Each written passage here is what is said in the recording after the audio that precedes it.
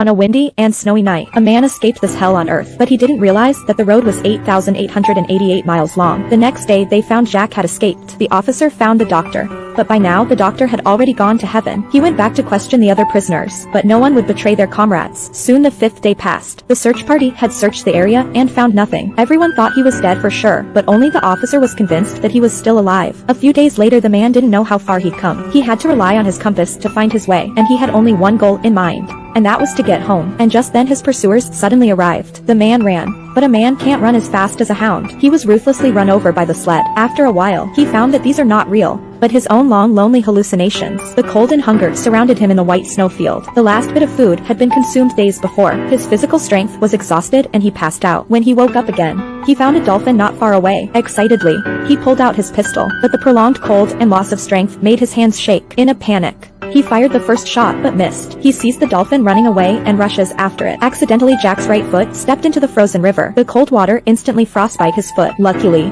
the last shot hit the dolphin. The man slowly put his frozen foot into the dolphin's body, although he solved the problem of food. But what's even more frightening is that there is no one living around here for thousands of miles. He had to rely on talking to himself to keep himself from going crazy. In order to prevent him from getting lost every time he walked, he would take out his compass to correct his direction. One day Jack suddenly stopped. He found a tree. It was a symbol of hope and life. Although he couldn't stop shivering in the wind and snow, but he still stood firm and straight. He embraced the life with joy and enthusiasm. It meant that Jack would soon be out of the Arctic Circle. It was also a sign that he was one step closer to home. It wasn't long before Jack finally made his way into the forest. He lit a fire and had a good sleep, but to his surprise, the next day there was a blizzard in the forest. The wind was so strong that it could uproot the trees. Inadvertently, Jack was knocked out by the tree. Luckily, a hunter passed by and saved him. The three of them traveled together. As winter turns to spring, the men are only 6,000 miles from home. While passing through a swift current, Tom accidentally fell into the water. The men didn't hesitate to save him. Bob, however, disregards the safety of the two men and leaves alone with his backpack. He tried to take the gold but was found by Tom, who arrived. Tom can only send him to heaven.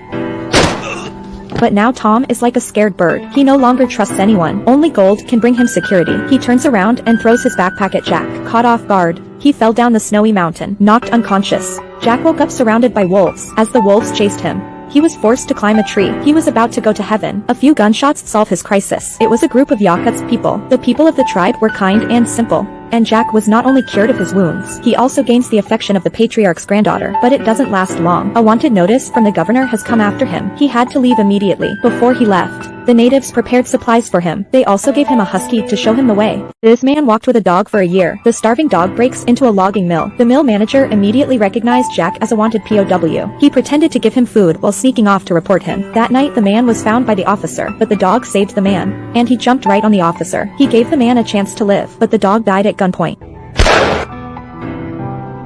He made a desperate dash to the overpass and leapt, jumped onto a train to escape death. Another year passed and Jack arrived in Central Asia. He looked at all the snacks on the street. He was hungry, but he had no money. Just as he was about to leave the area, a boy suddenly caught up with him.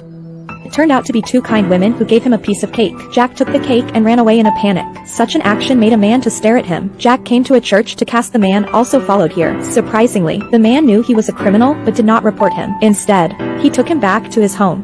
Sie meinen, warum ein Jude einen Deutschen hielt, obwohl ihr Deutsche meine Brüder ermordet hat? Und davon nicht alle gewusst. Gewiss nicht. Das ist ihnen alles verboten geblieben. Sie haben nur ihre Pflicht getan. The man helped Jack clean up. He finally stopped looking like a beggar. The man had to go out on an errand and told Jack to wait for him. But when he returned, Jack was long gone. The man went to the church to look for him, and sure enough, he found him here. After 3 years on the run, he had learned to be cautious in all things. He no longer dared to trust anyone easily. The man didn't blame him. Instead, he took out a small red book, so he had gone to get Jack a passport and a permit. Was jetzt? Mit Massen kommt. Although he felt guilty, he accepted the man's kind offer. Jack arrived at the Sui border. If he walked through the iron gate, he could get away from capture forever. Jack slowly handed his fake pass to the border official, but the officer seemed suspicious. Jack became more nervous as he watched the two men whispering. Outside the door, two soldiers with guns on their backs stared at him with suspicion. It seemed like they were going to come up and jump him at any moment. Luckily, they finally let him go. Jack restrained his joy. He took one step away from the checkpoint and walked onto the bridge. But then there was a sudden flash of light. Through the glare, he saw the last person he ever wanted to see in his life. his former commanding officer. Jack looked around as if he was looking for a last chance of survival, but he realized that after 4 or 5 years in prison, 3 years of hard work and escape, and now it was all over. But just then, the officer stepped aside to make way. Although he couldn't believe it, he took a step. Just as they passed each other, the officer said, it was a battle between two soldiers who would not give in to defeat. Even if the officer chose to let him go in the end, he still wanted to show him that he was the winner. But for the moment, Jack was done with that. All he wanted to do was return to the home that was once 8,888 miles away and that he had dreamed of. He arrives in Iran and is arrested and imprisoned for conspiracy. He explained the situation and asked his uncle to verify his identity. But time had passed, and he was already suffering from all kinds of hardships. His uncle took out a photo album for him to identify. A photo he had given to his mother back then saved him. In a church in a small German town in the winter of 1952, Jack's wife was attending church with her daughter. The daughter seemed to have a feeling in the darkness. He slowly turned around. He walked behind him in disbelief to embrace his father. This is what kept Jack alive while he was in prison and on the run. It took 7 years to walk 8,888 miles. This man has finally returned home. There are always people who are the meaning of your life. If these people are near you and not 8,888 miles away, please remember to love them. Well, that's